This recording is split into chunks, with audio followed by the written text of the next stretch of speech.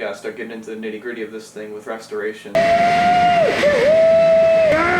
So if you want to see this thing get some restoration work done to it, consider hitting that subscribe button. You won't be disappointed. Yep, that's what I said. And I think it's about time we start getting back to these guys. Next to me are two projects that got this channel a little more popular than I thought they would. Up top here is a Marantz 2230. It was the worst Marantz on eBay. It was disgusting. I powered it on, it barely worked, and then I power washed it. Below it is a Pioneer SX750. Same thing, the worst one on eBay. I power washed it, and it kind of worked. I said I'd restore these both, and now it's about time we get to that. So let's take a look at each one, bring you up to speed on what's already been done, and we'll go ahead and turn them on for the first time in over a year. There's actually been quite a bit done to this Marantz 2230 already. If you recall, we got a brand new faceplate from VintageHiFiAudio.com.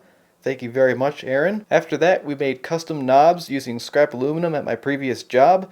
They turned out pretty dang good. We also had to replace this volume potentiometer with something new from eBay, because the old one had a broken shaft. And then, most notably, we added the Arylic Up2Stream Pro, which allows this receiver to stream music right from inside of it. No external items to hook up to it, you can just stream directly to this thing. And then, of course, below that is the Pioneer SX750. Nothing has been done to this since it was power washed. We all see that there's still all this really nasty white stuff left on the controls after I irresponsibly put them through the dishwasher. So hopefully we can get that off some way or another. And if I recall correctly, this one has a bad filter capacitor. So we're going to see how each one performs right now and see what I left inside for the restorations. Let us start with the Pioneer SX750. Now this one is going to need a new veneer on the cabinet here. We can see this is starting to come off a little bit more easily with some age, so that's a good thing. And we'll probably need to sand and paint that back part right there. But for now, let's take a look inside and see what we left behind for ourselves. Alright, so what do we got? We've got two brand new filter capacitors. They are much smaller than the originals, but that's okay. We have brand new lamps from dgwojo.com for the indicators and the 3 incandescents here.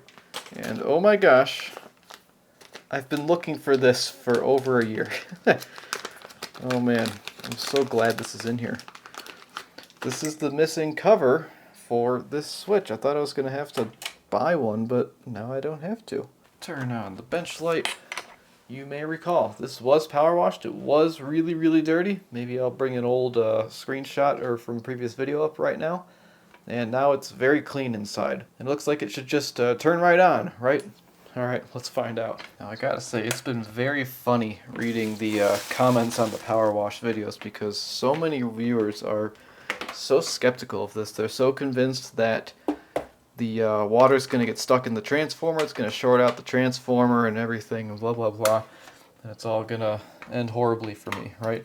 Well, I'm not sure that's exactly the case here. So we've got the receiver turned off still. We'll turn the dim bulb on. And here is the moment of truth. Oh, would you look at that? Oh, we used to get a relay click, not anymore. So that's less than ideal, but it turns on. Nothing to do with the transformer, obviously, because we'd have a real bright light if there was a problem with the transformer. You know, just for funsies, let's hook it right up to the wall, see if we get any different behavior out of it.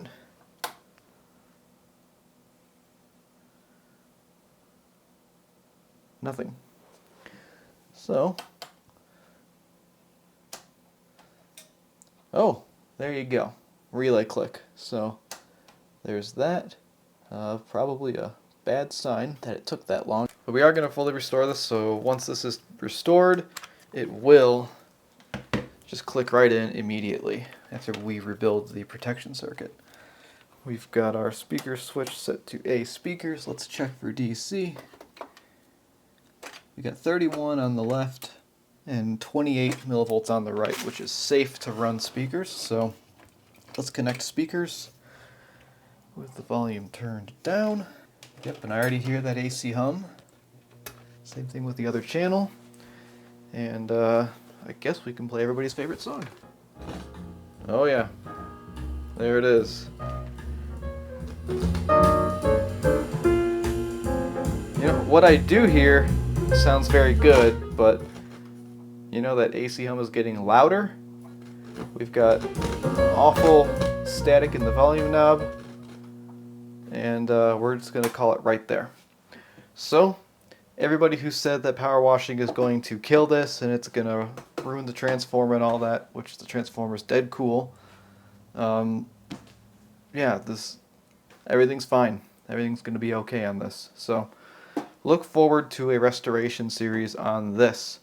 I think we're going to do this one second after the 2230. Let's get that on the bench right now. Alright, here she is. The power washed Marantz 2230. My second most viewed video on the entire channel. Now, if you don't remember the history of this one, go back and watch it. It's important age fix a history to know how this thing came to be and how the legend was born. So, what do we have inside here? We have new filter capacitors. And we should have a new, oh yeah, sorry. These are coupling capacitors because this is a capacitor coupled power amplifier. And then this is our filter capacitor right here. This needs to be replaced. You know, word on the street, somebody's making these in this country, so your move, Aaron. Also, we've got the gyro touch tuning wheel, which needs to be reinstalled when the tuner is restrung. Lots of opportunity for excellent additional content on this. Let's take a look inside. Obviously, it looks quite clean because it was power washed. Here is the work we did with the Acrylic Up2Stream Pro. It sits right above one of the AM boards. We've got our output right there, and it's soldered directly into, I think, one of the tape inputs. We've got a DC power supply wired directly into the receiver. And one thing that a lot of people have said or criticized is I put the antenna right there. It should probably be on the outside of the receiver. Time to turn it on and see what happens. It's been well over a year. We'll plug it into the dim bulb just for safety and funsies. We'll turn it on.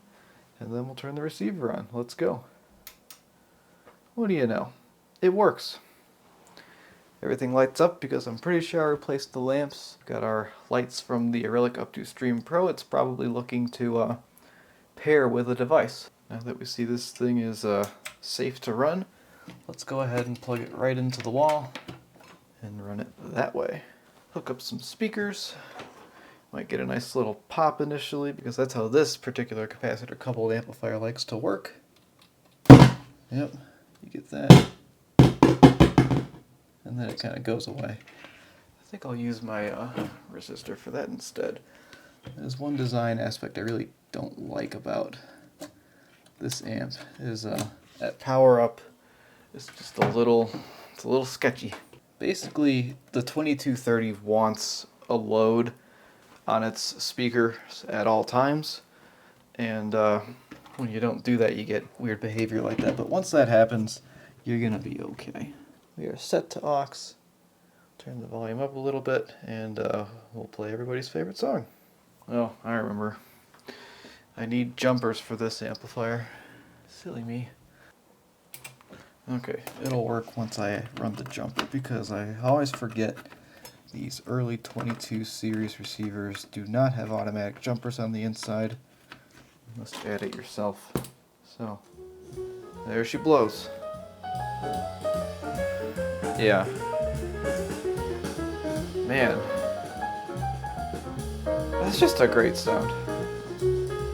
I don't know, this sound is just light, crisp, clear.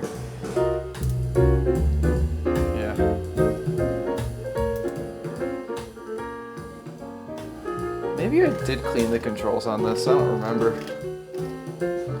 I must have because everything's working perfectly.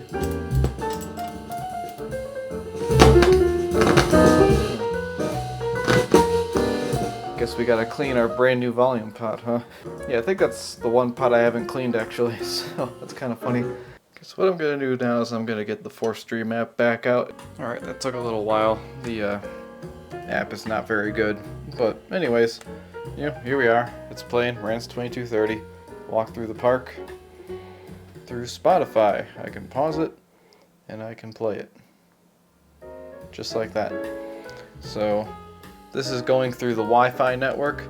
Let's see if when we put the Faraday cage on, the music goes away.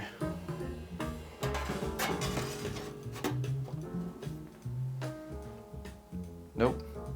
Still playing. No, it works just fine.